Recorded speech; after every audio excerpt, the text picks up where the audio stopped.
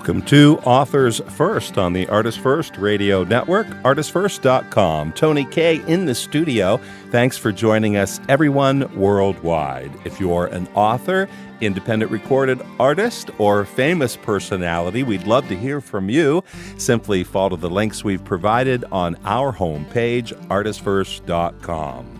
All broadcasts available in MP3 format, available free on demand with a library of over 5,000 hours. So feel free to share our material on your social network sites, Facebook, and other locations on the web. This hour, it's my privilege to introduce author Kimberly Cherrelle, author of Silent Tears 2009 and Wet Whisperers 2012. To learn more about Kimberly and her books, you can visit the website www.Cherrelle, Sherrelle,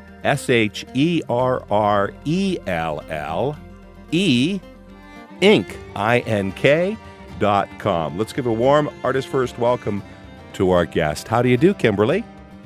Hi. Hi. How are you? Well, I'm fabulous, Kimberly. I have the best job in the world because I get to meet interesting people like you. And tell our audience a little bit about where you call home, and then I'd like to know, have you always been a writer? Is this something that from your earliest memory you can recall doing? Okay, well, right now, home is in Grayson, Kentucky, which is in northeastern Kentucky. I'm about 15, 20 miles from the West Virginia and Ohio state line. But home in my heart is in southwest Georgia, hence the accent. A small town called Sylvester, Georgia, which is very, very south, very southern down in Georgia. It's probably only about an hour maybe from the Florida, Alabama line. So I'm a Southern belle, and I love that about myself. And I would say I was born a writer. I would say that when God formed me in heaven, he gave me the talent of writing. My earliest memory of actually writing, I was 6 years old, and I was writing little short one-act plays, and I was writing very short poems at the time. I don't remember any of those that I've written. I've seen the paper. My grandmother still has them as far as the poems, but I do remember the little one-act plays because I was basically the only girl in a family full of boys. And whenever I didn't want to climb trees and jump ditches with them, I would play in my room, and I would create all of these fantastic characters that I wished lived near me that I was able to play with. And so I would write these little plays about what we would actually do if we ever encountered each other in the real world. Wow. That's incredible. So your earliest recollection really centers around your ability to think and write. And do you do that in rhyme? In other words, was the rhythm part of your early experience too? Were you getting that from your family? What were you seeing around you? Do you think that created that rhythm, that desire to be a poet and to think and write in that fashion? I would have to say that it really came from my parents just instilling a burning desire to learn. And so I was basically a sponge sort of soaking up everything that I could, and I always loved books, and the characters, would fascinate me, but I wanted to take it a step further. I didn't just want to read about other characters. I wanted to create my own. I was just born with this sense of creativity that I sort of got from my mother. She is not a writer, but she is extremely crafty and creative. She used to make all types of decorative baskets and bows, and she even made jewelry for a while. And so she's very creative. She's the person you want to help you do posters and projects and things from school. And so I had that love of writing, and that the creative side, it sort of came from her. Just watching her do something that she was good at, and I very early on realized that writing was something I was not only good at, but I did enjoy. Both your mother and grandmother cultivated and understood that artistic interest. Yes, they did, and I think on the flip side of that, they actually enjoyed the fact that it gave me something to do that didn't involve bugging them. Because they had their hands busy.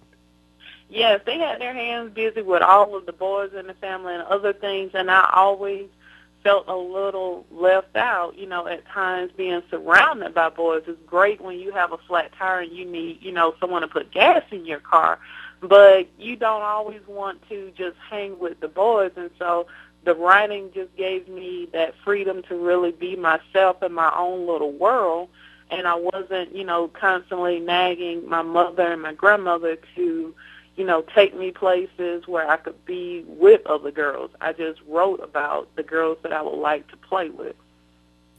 Did you think about your family and write about them? In other words, in your daily journaling, were family activities a part of that writing? They were. I can remember, and this is the first poem that I actually can remember writing. I wrote a poem about my little cousin, Mario. I remember when he came home from the hospital, and he was this little tiny baby, and I thought he was so cute. And I was, at the time he was born, I was 8 years old, and I wrote a poem about him just out of the blue because I just thought he was so cute. It was a little short poem that was only about 4 or 5 lines, and I wrote about him, and I would write about other family members that I didn't know, that I've heard stories about, and so I would sort of retell the stories that I heard from older family members in my poetry. Were you extroverted or introverted growing up? Well, I don't know. I think I was probably a little bit more of a balanced mix of the two. It really sort of depends on who you would ask. I love to say that I'm shy and I am a thinker, but no one in my family really believes that about myself. Everybody thinks that I am this militant, outspoken, social butterfly. And I think that when pushed, I am. It just really depends on certain settings, because there are times when I would be around a group of people and I would be the center of attention, and there were other times when I really didn't want to be noticed. So when you were at school, obviously you had opportunity and classes to shine, and because you'd been writing for a while, so it should have been a little easier perhaps for you in reading and writing to excel in classes. Was that the case? I did excel in class always, as long as I can remember, as long as I wanted to excel. There were a couple of times when I really didn't want to, so I just really didn't. But I was always, the star student, especially when it came to writing assignments and projects. That was my specialty. And once I was, a little bit higher up in school and there were more assignments that involved a little bit more written creativity, that was really my platform. But even with it being my platform, I still found myself being a little bit nervous and shy about sharing the things that I had written and the things, the projects and things that I actually put together. I was always in front of an audience, but for some reason, stage fright never went away. To this day, I still suffer from a bit of stage fright. No one notices it really but me and a couple of people that know me extremely well. But I do, because to me, writing is so personal. Writing is very personal. It is almost more personal than me giving birth to my son. And so to share that, share something so personal, something that I hold so dear to my heart, I always have a little bit of nervousness about presenting it to others because I'm worried that they might not get it. It's not whether or not they like it, because in order to say that you didn't like something, you had to get it. But for someone to not understand what it is that I'm putting out there and what I'm saying, to me, that gives me a bit of, just a little bit of fear. Just a little bit. Not enough to keep me from sharing, but just enough to give me the shakes right before I open my mouth to speak. That's a good thing from every vantage point, whether you're a performing artist or a actor, stage, theater, the setting, public speaker, the energy, the all of that, and it can be immobilizing, even as Tony Kaye right now stumbles with his words. What I mean is that adrenaline, that emotion can go right to the throat, right to the brain, and you're like, when you know exactly what it is you need to do. So that energy, that's tremendous, that you feel deeply and that you're able to express yourself in writing. And I wanted to dwell on the point, Kimberly, because it's so important for parents, grandparents, those involved with young children to bring them the books, sit with them, read them the books, give them the books, let them eat the books. But please find the literature that adds value as early as possible. At birth, they can begin holding a book, and then encourage writing. The big tablets, okay, with the crayons, go ahead. Let them have fun with it. The sooner the better, as long as it's not the walls, okay? But, yes, so Kimberly, you are a representative person of that type, that you really knew early in life that this was something you enjoyed, you were passionate about, you could express yourself, and those around you, your immediate family, that's their opinion of you, that you are opinionated and ambitious and intelligent. You are all the things they perceive you. And congratulations. Thank you for being our guest now worldwide on the Artist First Radio Network. We've been at this since 1996. We're one of the longest continuous running internet-only radio broadcasters on planet Earth, and we're just thrilled, having the time of our life, because so many more. As a matter of fact, 30% increase in listenership because of the Androids, the cell phones, that mobile capability. Listen, if you're online, great. If you're on your cell phone listening, be sure, get out there in the social network sites, tell people about Artist First Radio and the quality of the guests we have on, such as Kimberly Sherrell, Sherrelle, author of Silent Tears 2009 and Wet Whispers 2012. The link provided at artistfirst.com, Sherrelle Inc., INK.com. Just click on it, go over. You can see photographs of our lovely guest, learn more, and, of course, buy the books. They're reasonably priced, and they're of high quality. Kimberly, thank you for supporting the arts, for being my guest, Tony Kaye. It's my privilege to introduce you, and thank you for taking this time to be with us. Well, thank you definitely for having me. Programs like this, I really support, I really love, because art is such a key component to whatever avenue you want to go in life. That people don't realize that by promoting the arts, you are definitely increasing your child's intelligence, because it enables them to learn how to think outside of the box, think beyond what they just see, and give them that platform to sort of find a way to express themselves in a very positive fashion. So Artist, First Radio, definitely, I hope to continue to be able to listen to you for decades to come, because this is definitely something positive. I I love things like this. I'm always a big supporter of the art.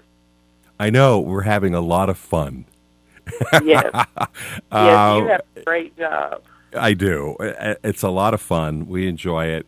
And of course, it wouldn't be much of a broadcast if we didn't have people like Dick Gregory and others coming on to support the arts on Artists First Radio. And of course, Ben Vereen and Joan London and Jonathan Cain of Journey and Olivia Newton-John and Otis Williams. Did you see that on our homepage?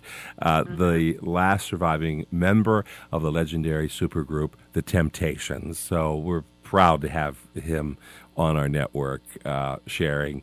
And then those who listen to CNN, Dr. Sanjay Gupta. The list is long, folks. There's 5,000 hours available free on demand, and soon Kimberly's show will be there too. So you might be listening. Hey, don't worry. We'll have it up there under authors first, and alphabetically, just capture her link and share it with everyone you know. So there's no one needs to miss the show. And that's the great thing about what we're doing here at Artists First Radio. Kimberly, life moves on. You get through school. You have your hopes, your dreams. So what was next? Well, honestly, I went to college, and my intention was to become a professional counselor. I wanted to be a licensed counselor and work with adolescents. That was actually you wanted to help. You wanted to help young people. Yes, I did. Because I know that my adolescence was a very trying time for me, as it is for most, teens, preteens. That shift is difficult, and I wanted to be able to work with them and help them through a difficult time, give them a safe space to talk about their feelings, talk about what was going on. And so that was my goal. I graduated from undergrad with honors, went on to grad school, and easily, just began to excel amongst, my classmates. And I sat in my very last class, and I decided that I didn't want to be a counselor. I was in my very last class, and I remember my best friend was sitting to the left of me, and I looked at her, and I was like, I don't want to do this. And she was like, what? What were you talking about? You don't want to do this? And I was like, I don't want to be a counselor. I'm glad I came to graduate school. I am glad that I've learned all of these tools, but I need a bigger platform. That's like, this is just a little too small for, I guess, really what I'm feeling that I want to do. And at that time, while I was in grad school, I was teaching 7th grade language arts. And so I was working with adolescents every single day. It was, good days, bad days, but I loved every second of it. But even the classroom itself felt a little small to me. And college and graduate school, the little girl grew up. College, graduate school. Now your mind is wrapping around a much bigger opportunity. Yes, because I grew up in a small town, a very small town. To tell everybody how small it is, just to give you an idea, there are 6 traffic lights in the town that I live on, and they're not all on the major road. There are no big franchises there. I think the biggest thing in the town that I came from would be a Pizza Hut and Dollar General, to be exact. There's nothing any bigger than that. But I knew that my voice needed to be heard a little more than this town where I was from, and to sit in an office all day and listen to, a couple of clients a day, I started to think I wanted to do more. So I started doing a little soul searching, trying to really figure out what my purpose was. And there is an author, Sue Monk Kidd. She wrote Secret Life of the Bees, and it became a movie. And I remember when the movie hit, the name stuck out of my mind, because I remember when I went into the library a few years, prior, and saw the big display. Everybody in the town was so proud of her publishing the book because she's from the small town that I'm from. A lot of her family still lives there. And, she wrote a book, and it didn't really seem feasible, to me that the book would be much because, this is a small town. She's from this same little small town.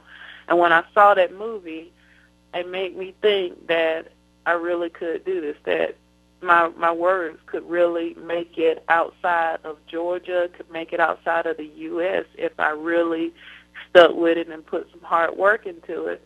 And so with a little bit more motivation from some of my students, I locked myself in my apartment and I wrote my first book.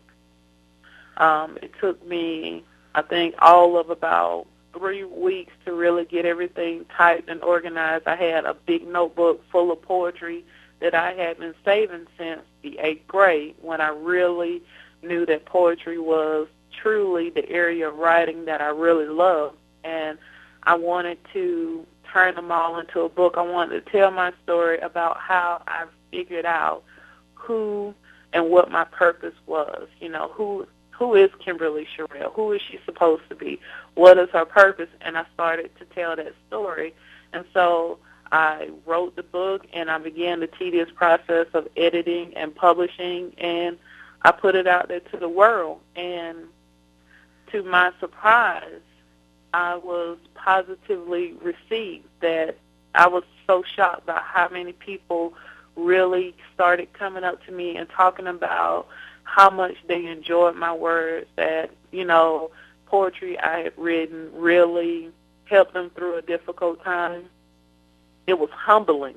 It was so humbling to put this book out there for the world to judge and to get positive feedback.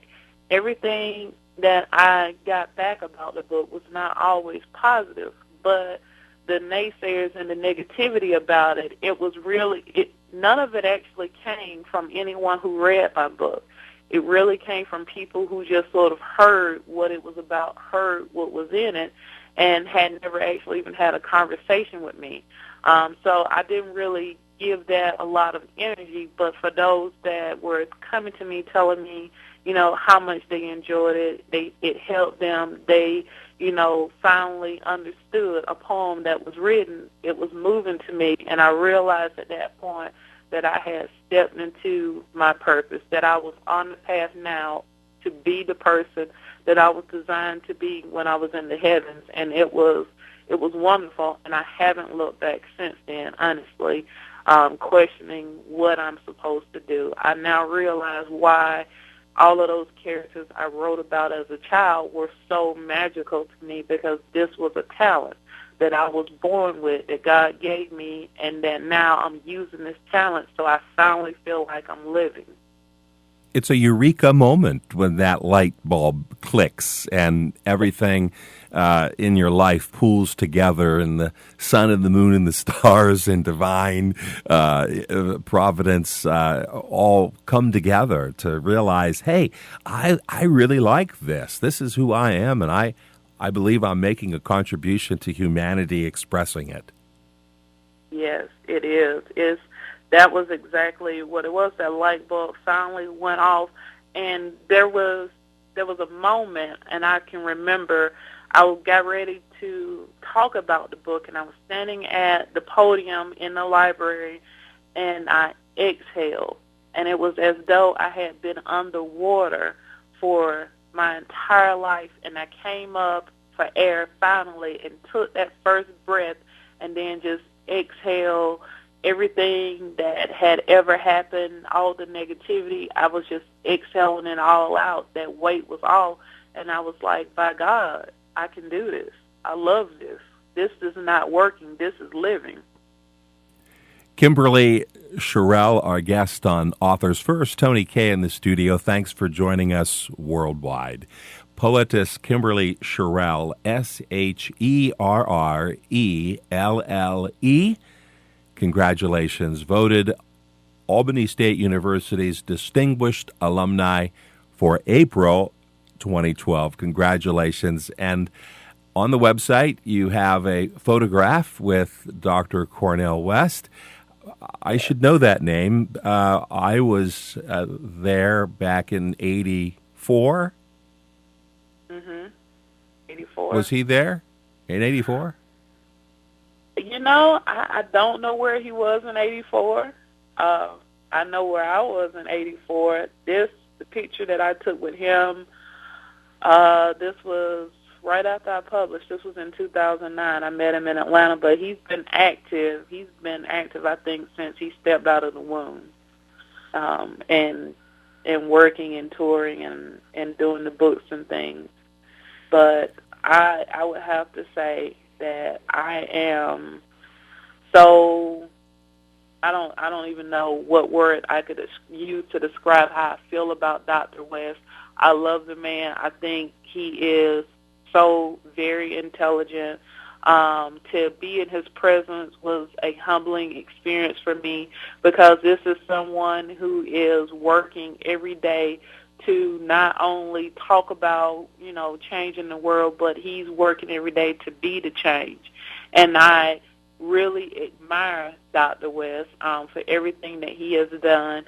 And meeting him, it was very, I don't know, I was in love from the second he started to speak until, I left the building, because he has been all over the world. He's published many books, and I would have to say he showed so much enthusiasm when I talked to him about my book that I was actually taken back by it a little bit, because I'm thinking, you've published several books and you've sold so many copies, and you've been on New York Times bestseller list, and you've done all of these great things, and here I have this little poetry book, but I still want to talk to you about it.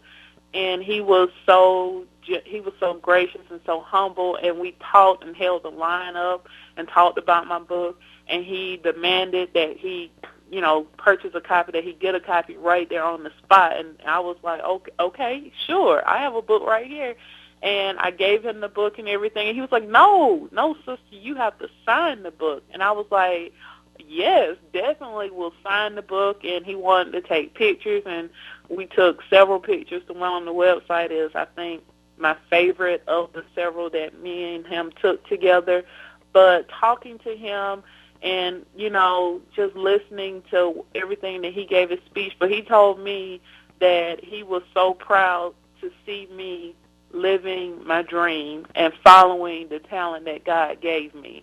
And it was just moving. It was completely moving. I can't wait until I have the opportunity to hear him speak again and to talk to him again, because he was humble. And I've encountered many celebrities that are not humble. They are not humble. They're not gracious.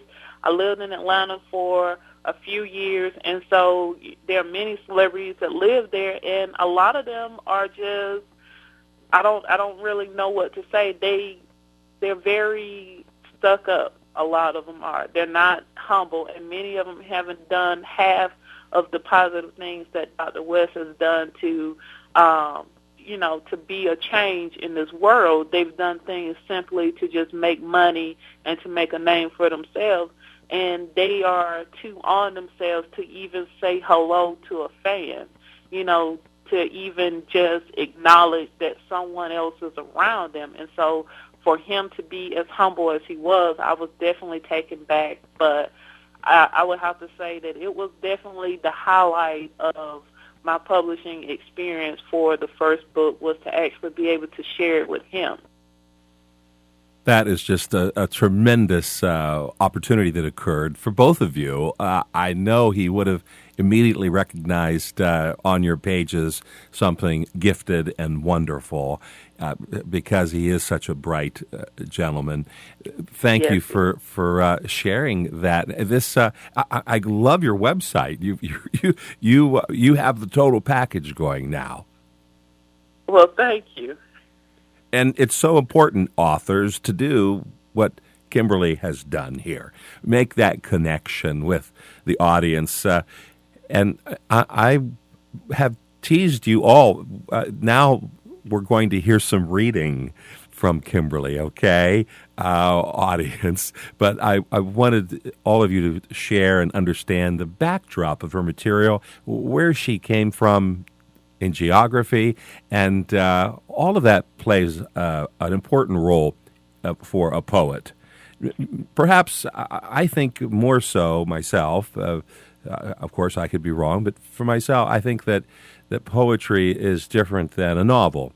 In a novel, I can invent a lot of things and situations and so forth, but in poetry, it becomes an intimate part of who we are.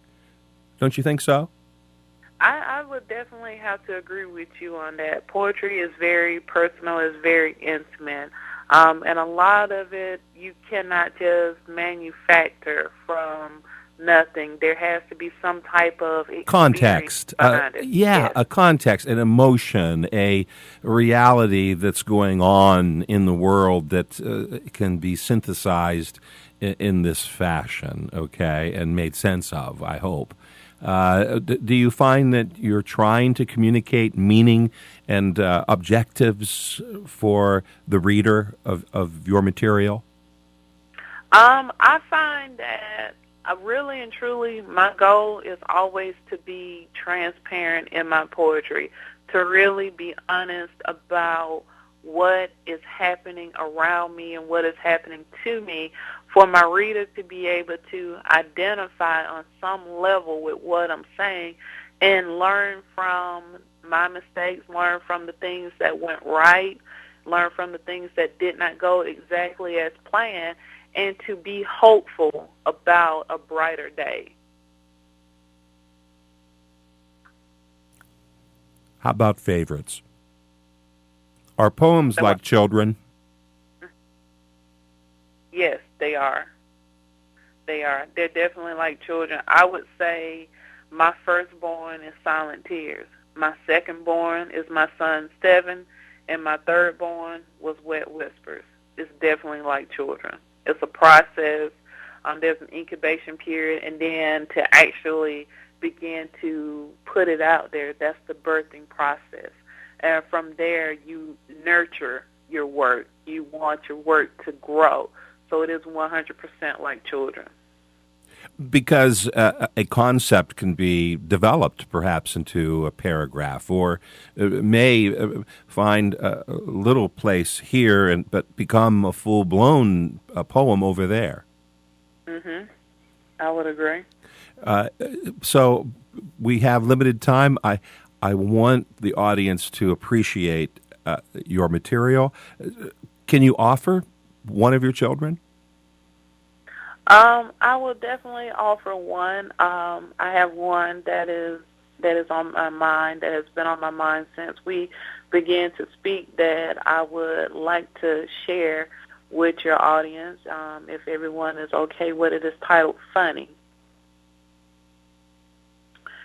As I stood before you for the first time, somehow my heart knew it would not be the last time. When legs spread and tears were shed, it's funny how she looks just like you, but laughs just like me. Oh, how I wish you could see what I see. Thinking of the last time we shared a cry, it's funny. We thought we had a lifetime. And though that's what we got, it's not quite what we thought. But how long is a lifetime? How do you measure its value? The end of forever is what we fought. Sipping on tea between the sheets. Oh, how life was so sweet. Forever grateful to Master I will be for uniting you and me. And though I miss the days when our heart would beat as one, my heart did not lie. It was not the last time. It's funny how she looks just like you. And that poem is actually in my second book. May I say something? Yes. Wow. Not only wow, but you could read that poem over and over again. there's a lot that you can identify in any period or situation, if you've gone through an intimate relationship that is now being reflected in a child.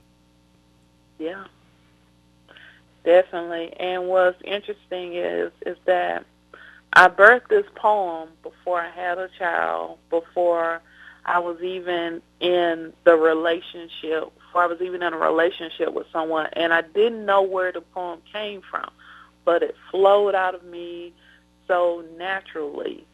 And while I was pregnant, the person that is very dear to my heart, my great aunt, she passed when I was 7 months pregnant. And it was very sudden. I went home for the holidays and announced my marriage and everything because I hadn't told anyone I was married. And I announced it, and she already had met, who was my husband. She had met him, and she loved him. And when I got ready to head back home, she gave me the tightest hug, and she said that I know you're going to be okay now. She's like, I'm so happy to see you happy. And a week later, she passed, and it was sudden and unexpected. And after my son was born, a few months later, as he began to grow and develop, I noticed he has this very happy nature about himself. He's the happiest kid, whether he's sick, sleepy. He is a happy kid. He's always smiling. And that was 100% her. She was a very happy person. She was extremely genuine and kind. And she loved jewelry. She loved jewelry, always wearing necklaces and rings. And my son loves to wear necklaces. He walks around all the time with these little ugly Mardi Gras beads from a couple of years ago that are still lingering around the house. He wears them all the time. He wears them to bed. He wants to wear medallions or whatever he can around his neck. And I know it came from her. It came from that happy, jewelry-loving spirit that she has. He carries it on. And when I got ready to publish this book, I came across this poem again, and I thought about it. I was like, wow, that's exactly what that poem is about. It's about how she is living on through my son, and I miss her so much. I miss her all the time. She was very dear to me. I lived with her for many, many years. And, knowing that he's carrying a little bit of her happy spirit around with him, it comforts me. There are days when he'll just out the blue run over to me and give me a hug, and he's smiling. And I feel that warmth. I feel that connection. And it has been, so soothing to know that she has not left me completely. Insightful. Yes. Not having the experience, able to relate to it. Those are attributes of a poet. Well, thank you. And thank you for following that expression, putting it to paper so graciously, in your experience, your background, and for overcoming perhaps an early age, a timidity, now able to forcefully articulate your views, and for sharing, making our world a better place. How old were you? Or I shouldn't say that. Was that poem written some years ago? It was. It was written, I think, about 3 years before she even passed. This was 3 years before I knew I would have a son. 3 years before I was, thinking about marriage.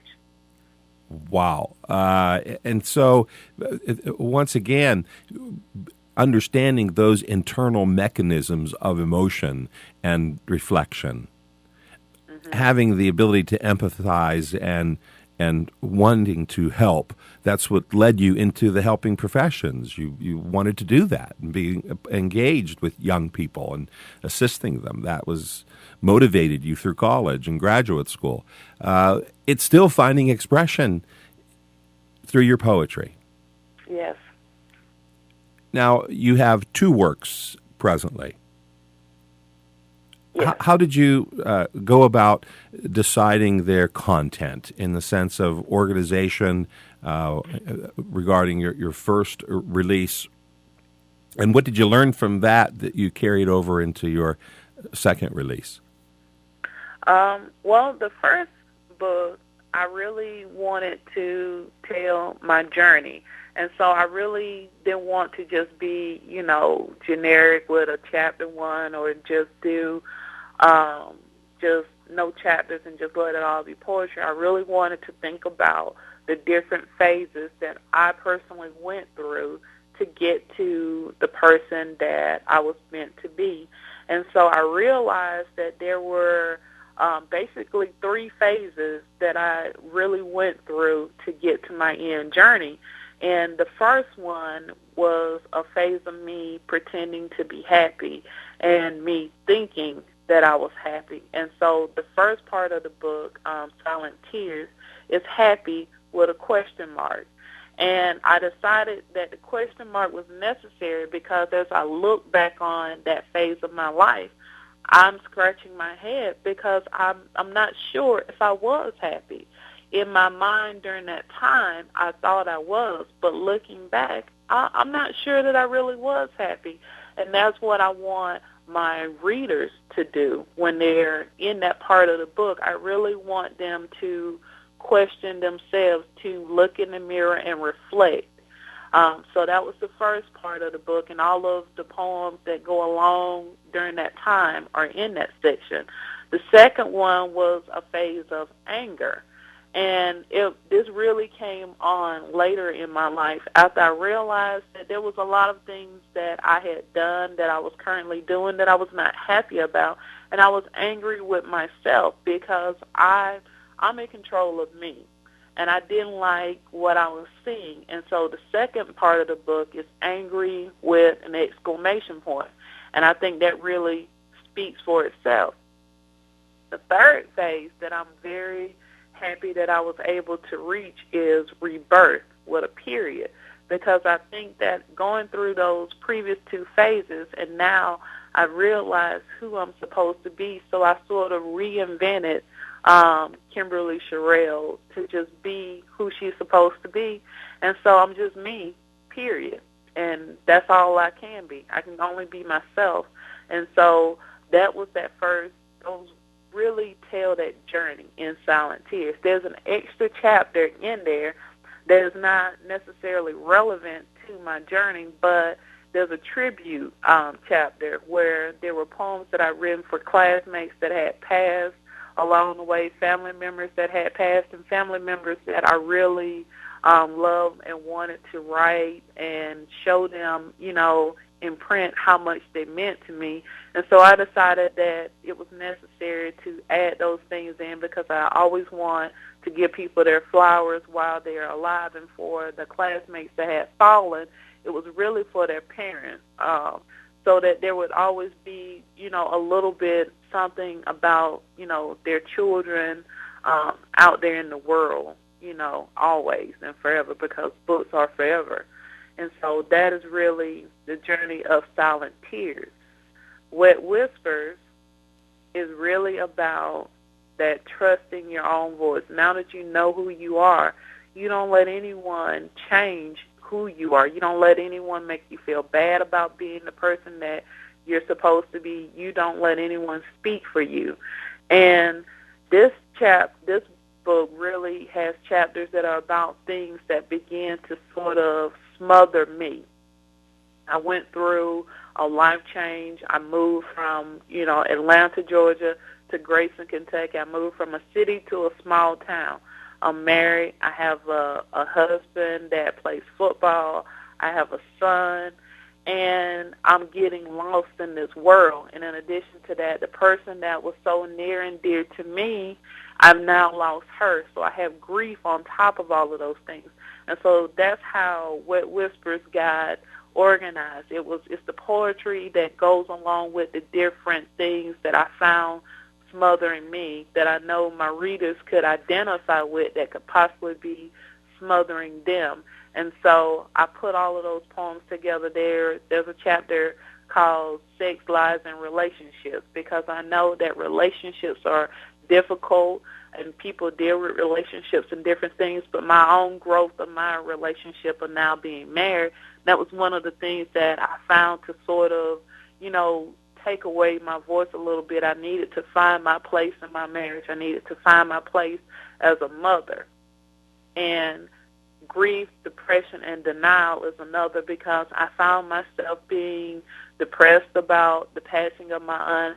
I was in a bit of denial about how I felt, because I thought, it's been a year, I should be okay by now, that I had to sort of play that role. And the very end is all about just listening who you are. That section of the book is called Speak Up. And because that's really what I want readers to do, is to be heard. Just accept who you are and be heard.